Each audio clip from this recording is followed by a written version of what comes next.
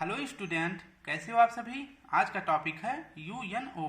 यह एक राष्ट्र संघ है, मतलब विभिन्न देशों का एक संगठन है। और आपको बता दें कि इसमें कितने अंग हैं, इसके क्या क्या कार्य हैं, इसकी आधिकारिक भाषा कितनी है, इसकी स्थापना कब हुई थी, सब कुछ एक छोटी सी लेके एक बड़ी जानकारी तक आपको 10 से 12 मिनट में पूरी वीडियो कंप्लीट मिलेगी।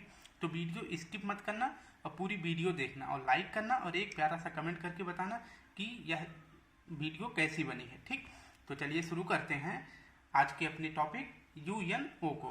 यूएनओ का फुल फॉर्म क्या होता है? तो इसका फुल फॉर्म होता है united nation organisation. United nation organisation इसका जो है फुल फॉर्म होता है यूएनओ का। इसे हिंदी में कहते हैं संयुक्त राष्ट्र संघ। इसकी स्थापना कब हुई थी? तो इसकी स्थापना हुई थी 24 अक्टूबर 1945 को।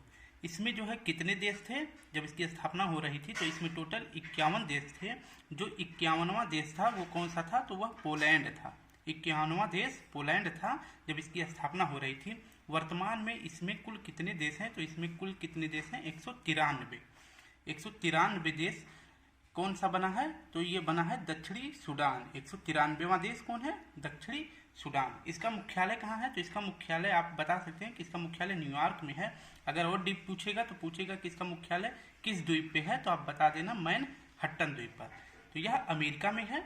इसका मुख्यालय न्यूयॉर्क किस द्वीप पर? मैनहट्टन द्वीप पर अमेरिका में है। इसकी स्थापना का कारण देख लेते हैं कि इसकी स्थापना का कारण क्या है। अब आपको 2 मिनट मेरी बात सुननी है ध्यान से, फिर इसके बाद आपको इसके कितने अंग है, इसकी आधिकारिक भाषा क्या है, सब कुछ बता दूंगा। तो देखिए कि इसकी स्थापना का क्या कारण है। तो इसकी स्थापना का कारण है सेकेंड वर्ल्ड वार। इसकी स्थापना के पीछे क्या था कि जब सेकेंड वर्ल्ड वार हुआ तो भयंकर तबाही हो गई। कई देश जो है बर्बाद हो गए। कई देश आत्मसमर्पण तब जाके किए कि हाँ लगा कि अब मेरा अस्तित्व तो मिट जाएगा, तब जाके वो आत्मसमर्पण किए। कईयों में भूखमरी थी, बड़ी संख्या में लोगों की मौत हो गई थी। जापान जैसे कि वहीं भूखमरी से मर रहा था और उसमें लाखों लोगों का मृत्यु हो गया था। जापान के 2 शहर जो कि नागासाकी और हिरोशिमा बिल्कुल तबाह हो गए थे। वहाँ आज भी जो है बच्चे जो है अपाहिज पैदा होते हैं। इस कारण जो है, और जैसे देश थे जर्मनी था, यूके था, फ्रांस, इटली, ये सब जो है आपस में सब युद्ध करने में जुट गए द्वितीय विश्व युद्ध में। फिर जाके क्या देखा कि पूरा विश्व जो है यह तबाह हो जाएगा अगर ऐसे युद्ध चलता रहा। तो पूरे विश्व में आर्थिक मंदी, भूखमरी, करोड़ों लाशें, यह सब भयंकर मंजर देखकर अमेरिका को एक ख्याल आया कि मतलब अमेरिका ने यह सोचा कि अगर ऐसे चलता रहा तो सब कुछ बर्बाद हो जाएगा। इसी तबाही को रोकने के लिए उसने एक संगठन की स्थापना के बारे में सोचा। ठीक, तो यह विचार सबसे पहले किसके देश मतलब किसके मन में आया था? तो यह अमेरिका के राष्ट्रपति जो वर्तमान में थे उनके मन में यह विचार आया। तो चलिए देखते हैं इसके बारे में थोड़ा सा इन्फॉर्मेशन देते हैं आपको। अब मैंने मोटी मोटा आपको बता दिया कि इसकी स्थापना के पीछे क्या कारण है। तो देखिए इसका जो है आपको तथ्य बता दें कि 21 अगस्त 1944 को 21 अगस्त 1944 को दुनिया के बड़े देशों की एक मीटिंग हुई। दुनिया के जो बड़े देश थे उनके जो लीडर थे उनको बुलाया गया। कहाँ पे? वाशिंगटन डीसी में। यह अमेरिका की राजधानी है। तो यहाँ पे बुलाया गया। अब बुलाने वाले कौन थे? तो अमेरिका के जो वर्तमान उस टाइम पे राष्ट्रपति थे उनका क्या नाम था? Franklin D Roosevelt. उन्होंने बुलाया, दुनिया के सबसे बड़े देशों के जो लीडर थे उनको बुलाया। इसलिए यह विचार जो है यूएनओ की स्थापना का विचार जो है, सबसे पहले अगर पूछेगा क्वेश्चन में किसके दिमाग में आया तो आप बता देना फ्रैंकलिन डी रूजवेल्ट, या फिर क्वेश्चन में रहेगा राष्ट्रपति यूएसए तो आप लिख देना राष्ट्रपति यूएसए, टिक लगा देना तो आपका सही हो जाएगा। तो स्टूडेंट ये हो गई आपकी यूएनओ की स्थापना के पीछे का कारण। इसकी स्थापना कब हुई थी, इसमें कुल देश कितने हैं, ये सब मैंने देख लिया। अब देखते हैं कि यूएनओ की आधिकारिक भाषा। अब आपको बता दें यूएनओ की आधिकारिक भाषा 6 हैं। कौन कौन से हैं? अंग्रेजी, फ्रेंच, रसियन, चीनी, अरबी, स्पेनिश। और इसकी कार्यकारी भाषा 2 हैं। आधिकारिक भाषा 6 है और कार्यकारी मतलब जिसमें काम करते हैं वो लोग, ऑफिशियल काम करते हैं, वो 2 है। एक तो अंग्रेजी है और दूसरा फ्रेंच। अब देखते हैं कि इसके अंग कितने हैं। आपको मैंने बताया कि इसके अंग हैं 6। कितने अंग हैं? तो याद रखना यूएनओ के 6 अंग हैं। कौन कौन से? पहले नंबर पर है महासभा, दूसरे पे है सुरक्षा परिषद, तीसरे पे है न्यास परिषद, चौथे पे है आर्थिक एवं सामाजिक परिषद, 5वें पे है सचिवालय और 6ठे पे है अंतर्राष्ट्रीय न्यायालय। अब एक एक के बारे में हम आपको डिटेल दे देते हैं। पहले नंबर पर है महासभा। महासभा यह प्रमुख अंग है, यूएनओ का यह प्रमुख अंग है। क्वेश्चन पूछे तो बता देना कि यूएनओ का प्रमुख संघ महासभा है। इसे विधायिका भी कहते हैं। विधायिका मतलब जो कानून बनाती है, यह कानून बनाती है, इसलिए इसे जो है यूएनओ का महासभा कहते हैं, अरे मतलब प्रमुख अंग कहते हैं। इसे विश्व की लघु संसद कहते हैं, याद रखना बहुत इंपॉर्टेंट है, इसे विश्व की लघु संसद कहते हैं। इसकी पहली बार बैठक कब हुई थी? तो अक्टूबर 1945 को। कब हुई थी? अक्टूबर 1945। इसमें टोटल देश कितने हैं? तो इसमें कुल देश हैं 193। इसमें सदस्य देश 5 प्रतिनिधि तक भेज सकता है, मतलब जो इसका सदस्य बनेगा वह अपने देश से 5 प्रतिनिधियों को भेज सकता है। जैसे भारत से जो है इसमें जो है 5 सदस्य जा सकते हैं, लेकिन अगर इनको वोटिंग करने का मौका दिया जाएगा तो वोटिंग तो 5 कर सकते हैं, लेकिन मत जो है एक ही माना जाएगा। ऐसा नहीं कि 5 भेजे हैं, 5 ने मत दे दिया तो 5 वोट, नहीं, 5 गए हैं, वोटिंग एक करेगा और मान्य सिर्फ एक ही होगा। ऐसा नहीं कि 5 करेंगे तो 5 होगा, नहीं, एक ही माना जाएगा। ठीक, याद रखना, ये है महासभा। इसे विश्व की लघु संसद कहते हैं, इसे विधायिका कहते हैं क्योंकि यह कानून बनाती है। यह यूएनओ का प्रमुख अंग है। इसके बारे में आप जान गए। इसमें टोटल 193 देश हैं। अब देखते हैं कि इसके सेकंड अंग के बारे में, कि सेकंड देश अंग कौन सा है? तो यह है सुरक्षा परिषद। सेकंड अंग कौन सा है? तो यह है सुरक्षा परिषद। इसे कार्यपालिका कहते हैं। यह कानून लागू करती है। कानून बनाता कौन है? विधायिका, और लागू कौन करता है? कार्यपालिका, इसलिए सुरक्षा परिषद को कार्यपालिका कहते हैं। इसे विश्व का पुलिस कहते हैं, याद रखना, ये बहुत इंपॉर्टेंट है कि इसे विश्व का पुलिस कहते हैं। किसे कहते हैं? सुरक्षा परिषद को।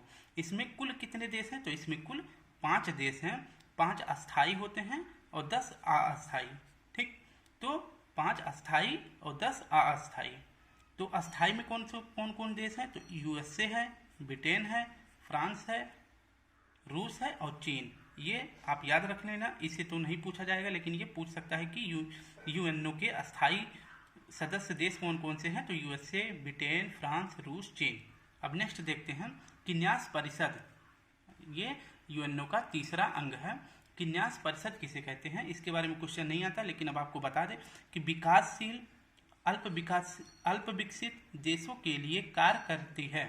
यह न्यास परिषद विकासशील अल्प विकसित देशों के लिए कार्य करती है जिनकी आर्थिक स्थिति कमजोर होती है। तो जिनकी आर्थिक स्थिति कमजोर होती है जिस देश की, जैसे कि वो विकासशील देश होते हैं या तो अल्प विकसित, उन्हीं की जो है आर्थिक स्थिति कमजोर होती है, तो न्यास परिषद जो है उनकी मदद करता है, याद रखना।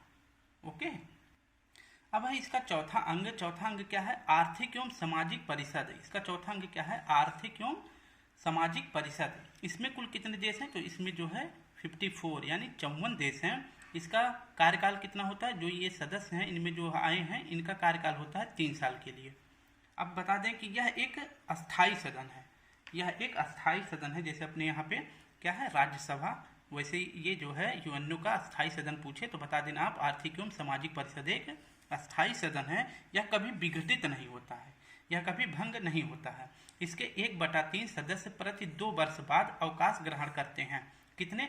54 देश में से 100, मतलब हर साल, हर दूसरे साल 1/3 सदस्य प्रतिवर्ष अवकाश ग्रहण करते हैं।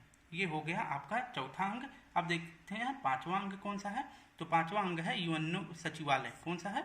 सचिवालय। अब देखते हैं कि सचिवालय का अर्थ क्या है? यूएनओ के दिन प्रतिदिन के कार्यों को निपटाने वाला संस्था। जो यूएनओ में कार्य होता है दिन प्रतिदिन का, उस कार्य को यह निपटा देता है, कि मतलब उसका लेखा जोखा कर देता है। और इसमें जो कार्य करते हैं कंट्री, उनका कार्यकाल कितने वर्ष के लिए होता है? तो इसमें जो है कार्य करते हैं उनका कार्यकाल होता है 5 वर्ष। या पुनः निर्वाचन हो सकता है, ऐसा नहीं है कि 5 ही साल करने के बाद उन्हें रिटायरमेंट दे दिया जाएगा। ठीक, मतलब रिटायरमेंट दे दिया जाएगा, ऐसा नहीं है कि उनको बाहर कर दिया जाएगा। वो फिर से जो है पुनः निर्वाचन हो सकता है उसमें, फिर वो दोबारा इसमें सचिवालय में आ सकते हैं, याद रखना। अब देखते हैं अपने छठे संगठन और सबसे महत्वपूर्ण संगठन, यही है यूएनओ का सबसे महत्वपूर्ण अंग क्या है? तो अंतर्राष्ट्रीय न्यायालय है।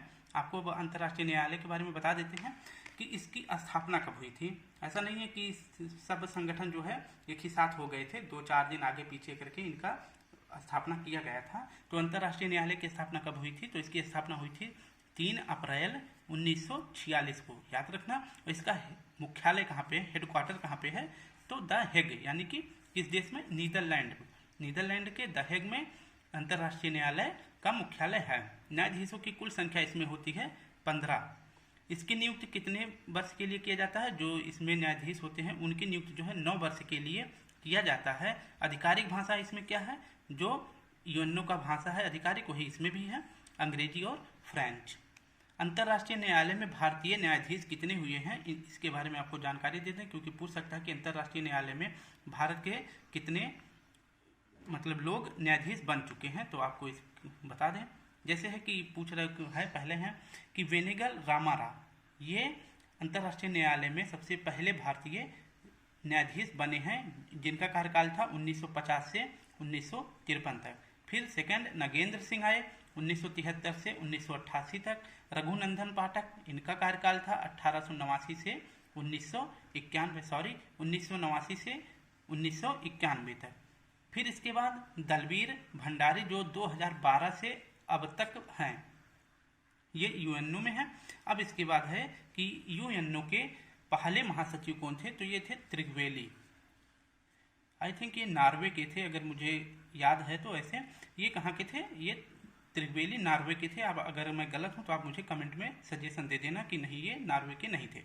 सेकंड है कि पहले कार्यवाहक महासचिव कौन है, तो पहले कार्यवाहक सचिव कौन थे, तो यू थॉट थे। यू थॉट किस देश के, म्यांमार के। वर्तमान में महासचिव कौन है, तो वर्तमान में यूएनओ के महासचिव कौन है, एंटोनियो गुटेरेस। कौन है, एंटोनियो गुटेरेस, और ये कहाँ के हैं, यह पुर्तगाल के हैं। इनका कार्यकाल 2017 से है और अभी तक चल रहा है। तो स्टूडेंट, दो घंटे से कम वीडियो नहीं लगा था बनाने में। लिखे, इसके बाद अच्छे से इसको जो है आपको रिकॉर्ड किए दिए, आपको सिर्फ 10 मिनट में पूरा समझा दिए। तो वीडियो अच्छी लगे तो प्लीज़ एक लाइक कर देना और एक शेयर कर देना। चैनल को सब्सक्राइब करके बेल आइकन ऑन कर देना। फिर मिलते हैं किसी नए संगठन के साथ, तब तक के लिए खुश रहिए, हंसते रहिए। जय हिंद, जय भारत।